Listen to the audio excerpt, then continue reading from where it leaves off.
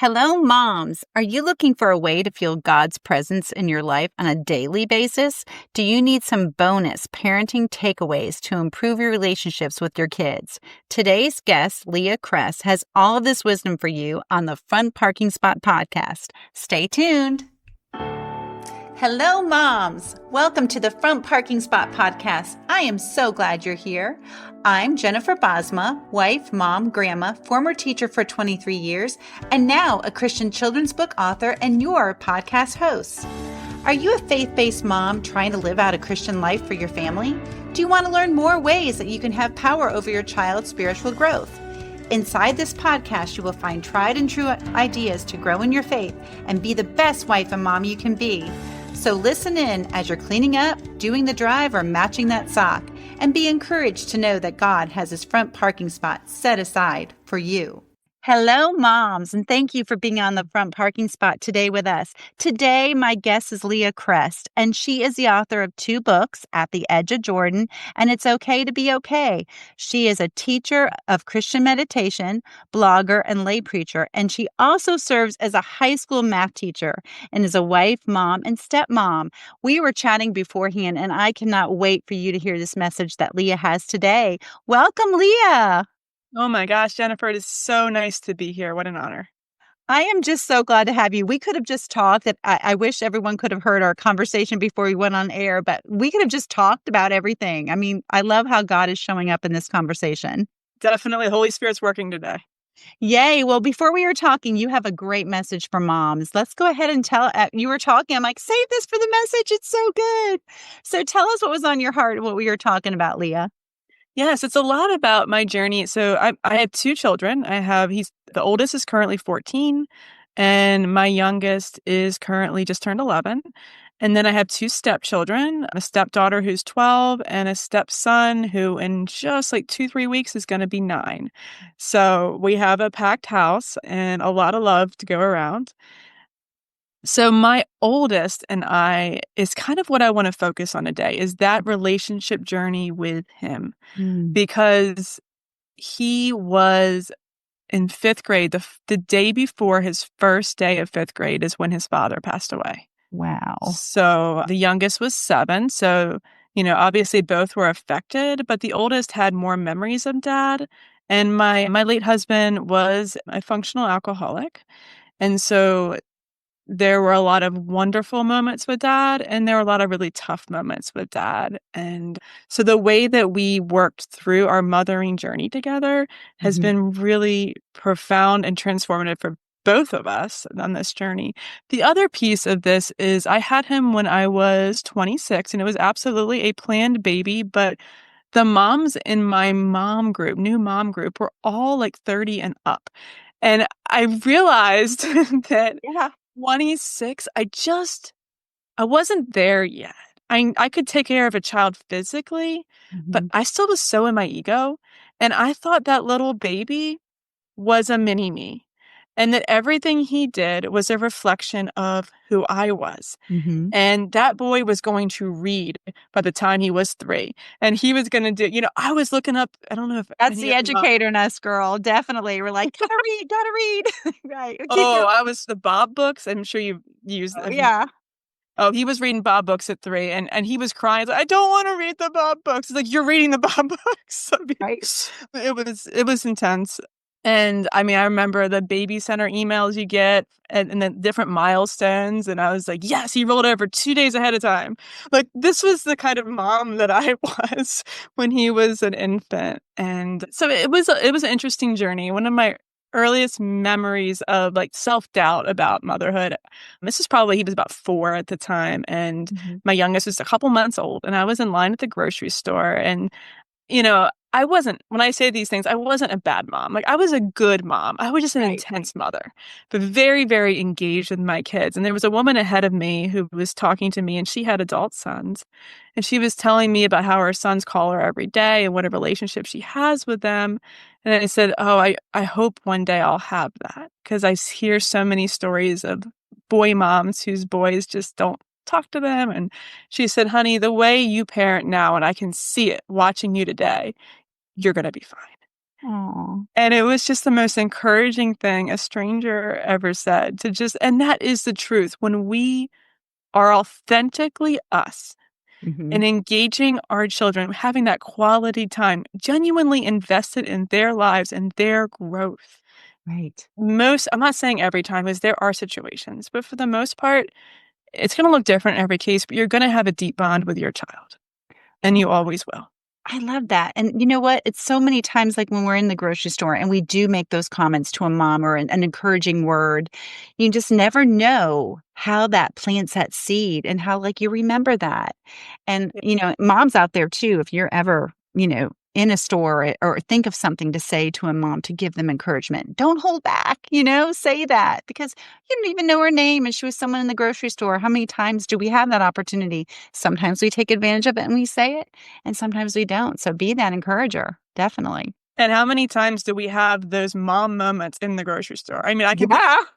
I've had the kid barf on the front of me in the Right? theater. I've had kids screaming in a meltdown, and I was Tantrums. watching it and trying not to be the mom that yells.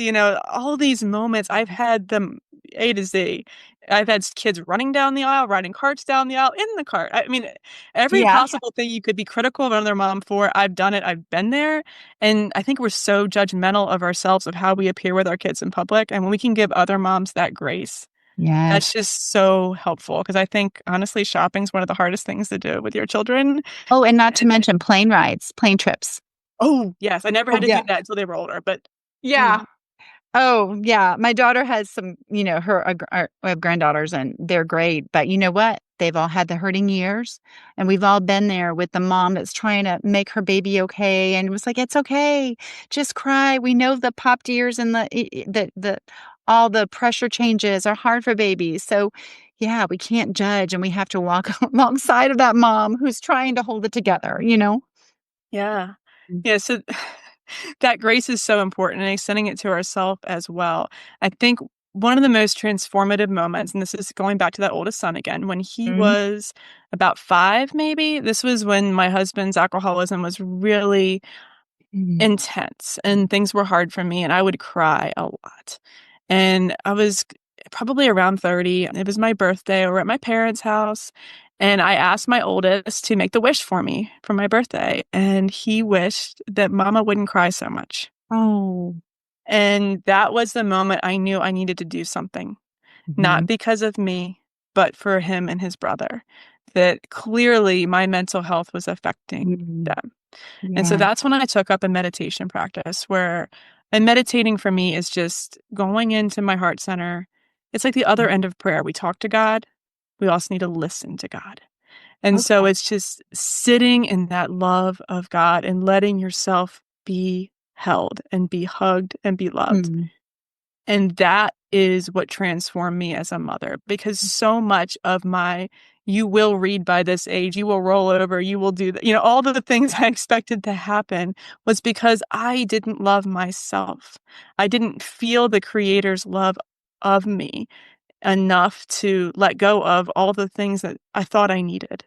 Yeah. And the testimony to this, and a couple years later, this is a couple years into meditation, that Mhm. same son comes back to me, maybe 10 at that point, and he says, "Mama, nothing ever bothers you.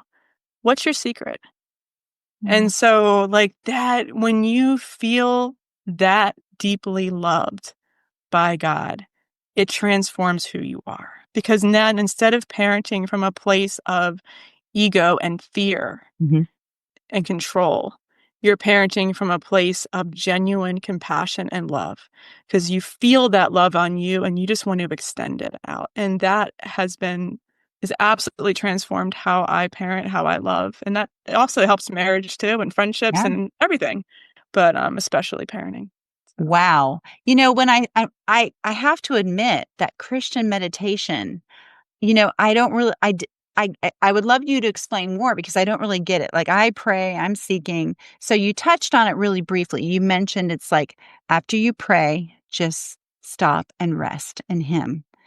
And so can you expand more on the Christian meditation point? Because so many of us think it's like yoga, like and yeah. like you do, and the meditation part of it sometimes gets a bad rap. Like, so explain more what you mean by the Christian meditation, because I want to do this.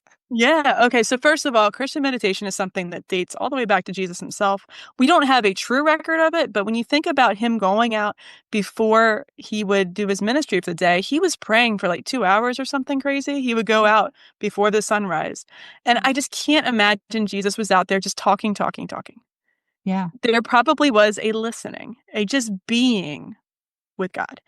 And then when you go to the desert fathers, mothers, all the way up through Middle Ages, especially, there's a lot of Christian contemplation and meditation happening. It is not an Eastern thing.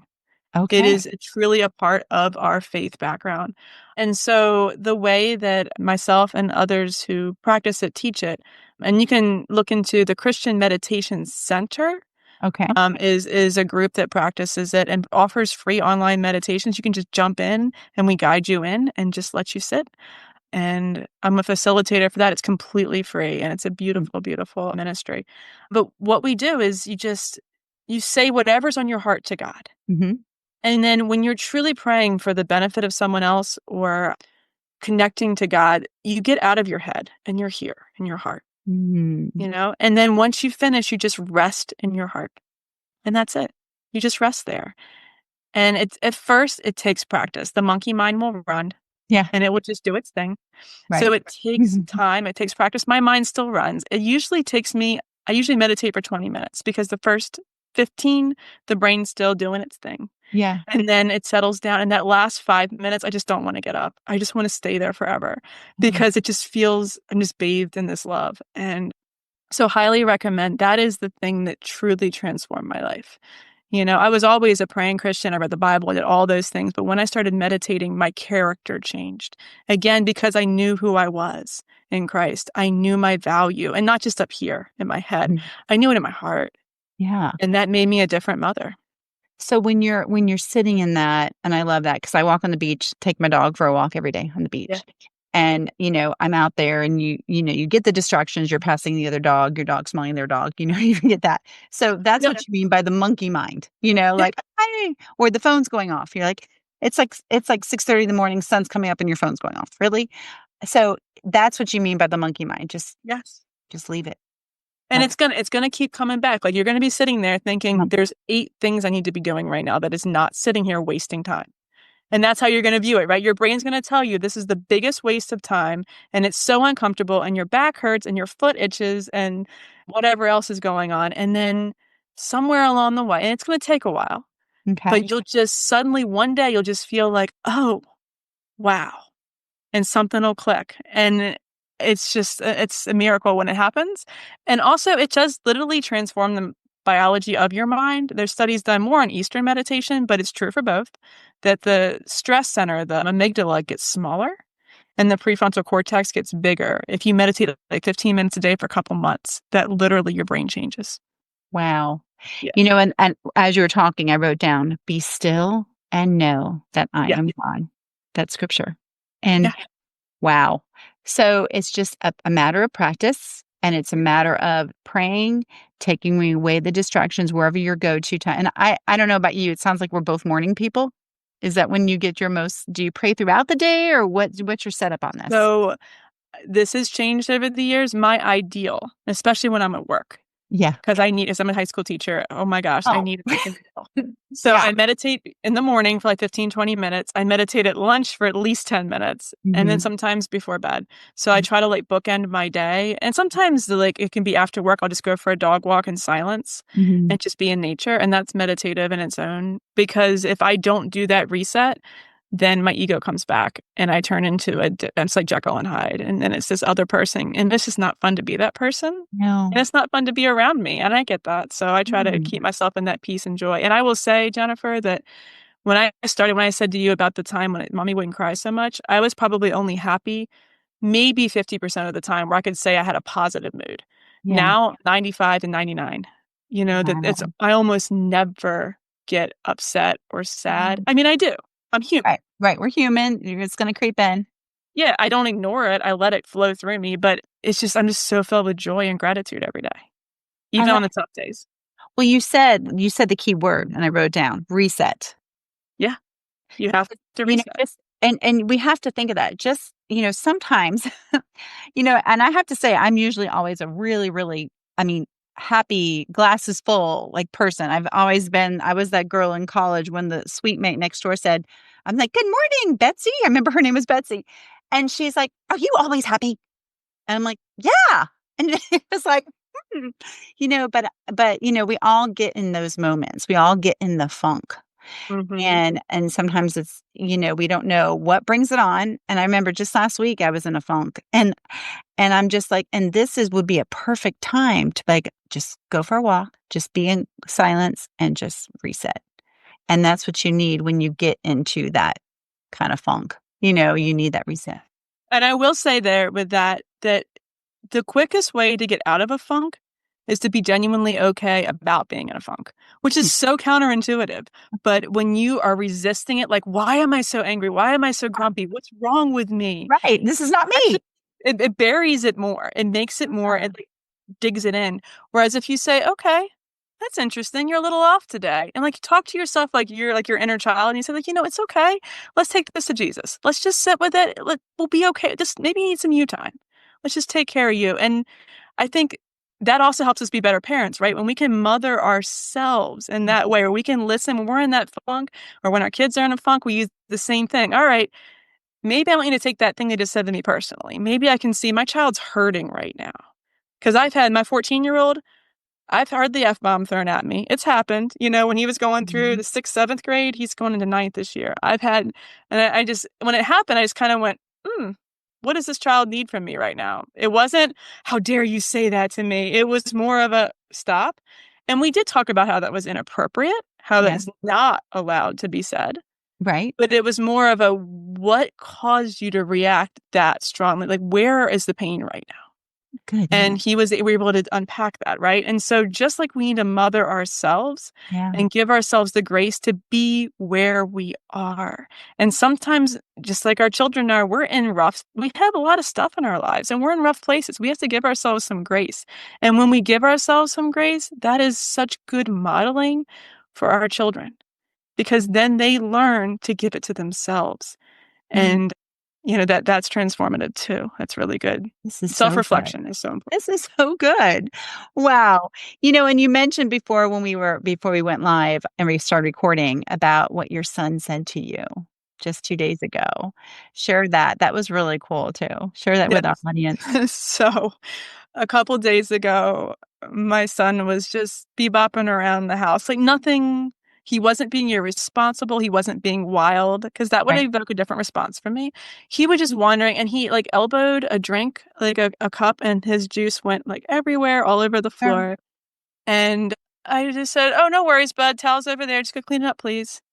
And he looked at me, he said, "Mom, a couple of years ago, you would have had my head for that." Mm. And he says, "You've really changed." Oh, And I think he's right. Now, he and I had a whole discussion last night, and it got a little heated over the cell phone because and he said to me, I said, "Brooks," I said, oh, I probably shouldn't say his name, sorry. you're good. You're good. Um, but I said, "Buddy, like every other kid that you know of your age probably is not being held to the same standards you are." Mhm. And he says, "That's true, and it doesn't feel fair." I said, "Why do you think I'm holding you to those standards?" He said, "I don't know." I said, "Because I know what you're capable of." Right. And I know that I said, "Also, does any other kid have no parental restrictions on their phone?" And he said, "That's true. I don't have any." I said, "And why is that?" He said, "I don't know." I said, "Because I want you to teach yourself to self-regulate with this. Yeah. And if you are having me do it for you." So we had this whole discussion about some of the shifts because he got a cell phone a couple months ago of like learning to use it responsibly. And when do we use it? When do we not? And like he had it out at meal times. I said, that's got to stop. Like Right. that's a time where you need to be present. And so I get heated. I will talk to him and raise my voice a little, and we have to talk about this. But a glass getting knocked over, it Right. happens. Right. That's the kind of stuff I get so bent out of shape over, and now I know when it matters, what battles to fight, what hills to die on, Mhm. and which ones you just love them through it because they're having a rough day. And the cell phone thing, that could affect the rest of his life and his mental health, and I'm willing to fight and die on that hill. Right. So, it all depends, and I think as moms, we have to pick our battles, but again, coming from that place of peace, of Mhm. knowing how much we are loved, that allows us to know and be led by the Spirit for Hmm. where do we engage and where are we harder on our kids and holding them to this really high standard? And when Right? do we just say, just be a kid? I mean, another quick one of my son is he wore the same pair of tennis shoes for I think 3 years. I bought him other shoes, but he's like, I want to wear these. I have a picture of them and I wish I could share it because it just is so funny.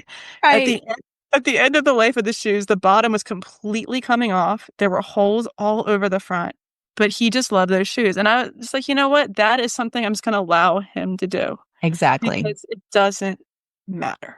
It. And those are the things you just got to like, as somebody led by the Spirit and just be the friend. And okay, gosh, one more thing. I Oh, feel you're good. I love that. And I love that transparency that you're talking about with your son because how yes, he noticed it with you. And then and that is great because I mean, we have to be transparent to our kids. We have to be able to say, "I'm sorry. I learned from that." Because yes, I know kind of like in my parents' generation and stuff, they never said they were sorry. And it's really you hear it so loudly when a parent says, "I'm sorry, I shouldn't have reacted that way," or "I'm sorry, you were right with that." Because it's just like, wow, we make mistakes. Our parents made mistakes to us, but I think like my parents' generation didn't really apologize. They were like, what you say, what I say, you must do. But I think that's so important with moms today is to be transparent because if we're transparent to them, then our mhm. kids are going to be transparent to us. And we model that. That was exactly where I was going. So that was like the perfect, we are just completely mind right now. Is I was gonna say that something else that he said to me a couple weeks ago. Mhm. He said, "Mom, you treat me like I'm your age, and I treat you like you're my age, but more respectfully." And what he means by that is that I hold him to a standard of an adult. I talked to him on since he was a toddler, I talked to him, like, about nature, I talked to the science, like, we didn't say, "Oh, it's a pretty day, the sun's coming up." We talked about the sun is a star, and the star is this far away, and, like, we would just talk about everything in this way with him, and I'd explain to him all kinds of things about how I thought about things and what I believe with my faith and, like, all sorts of really high-end things, and so he's very intellectual, but he treats me like a friend and that he tells me everything. Oh, that's And great. he'll come home. We have a policy that if I don't hear it from a teacher, this is different. If I hear it from a teacher, it's different. Mhm. There's a Right. consequence. But if Right. he just comes to me and says, "Hey, mom, today I did this at school. I put this packet of mayo under the bus tire. We watched it explode. It was so funny." And I'm sitting there thinking, like, Right, this is right, right. terrible. This is terrible. Why are you making a mess on the streets? And that's a mild one, but my Yeah. my policy is I'm not going to give you a consequence because I love that I know what's going on. But we will say, self-reflection there. Like, do you feel like that was the best decision? And we'll talk about it. And so Yeah. he does. He treats me like with respect, but he tells me all his stuff. And then from there can be that conversation, that guidance, so he's not hiding Mhm. it from me. And so that authenticity, that transparency, like you were talking about, Jennifer, when we apologize and we let them know that we make mistakes, Right. then they're free to make mistakes and be vulnerable and feel very safe with us because Mhm. we admit we're both humans on a journey. We're both learning and growing together. I may be further along and have more life experience than you do. So maybe I know some things here that you might not, but I make mistakes too. It's okay, bud. We'll figure it out. So, Yes, I love that. And I love how you talk like about the sun. You go into the deep conversations, not just like surface stuff, because kids will pick up on things and are they able to understand everything at one point? No, but if you plant those seeds, the seeds are planted, it's going to grow and you're going to reap the harvest. And the conversation is key, and so many parents have teenagers that are just on their phone and you can take that back as a parent. You can say, okay, we have a new policy in our home today. We are not, because you are the parent, we are not going to have our cell phones at dinner.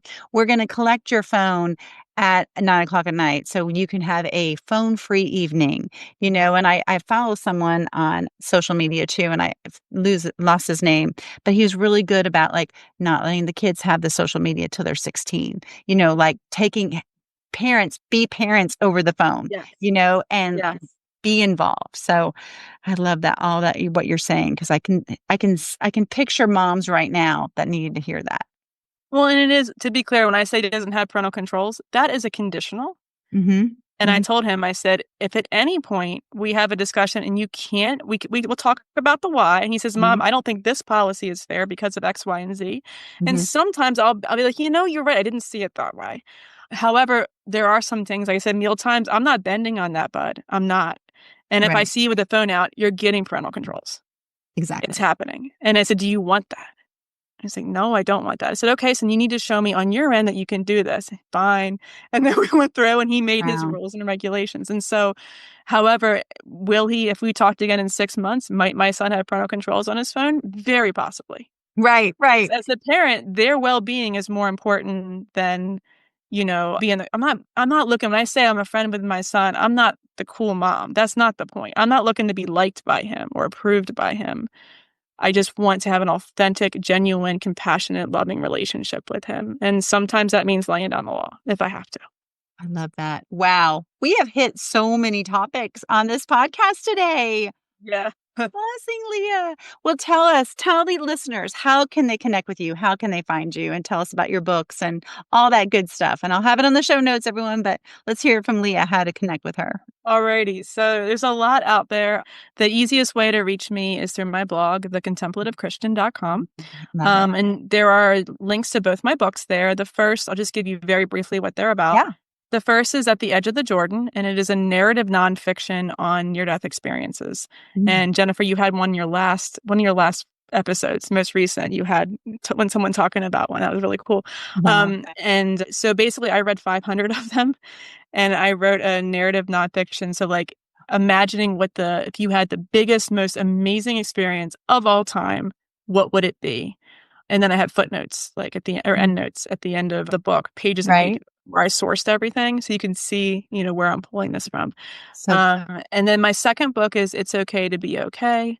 And that one was written after my husband's passing. And it's about when I was told it was going to be the hardest year of my life. I just had to survive it when my husband passed. And I said, nope, God wants me to thrive. And I'm doing this. And it's about that journey of leaning into faith and letting God carry me and transform me and my family through that. Yeah, there were tough days, but some miracles happened. It was just a beautiful year, and how to thrive spiritually in times of grief, and just some very practical things, but also some deep spiritual lessons that were learned along the way.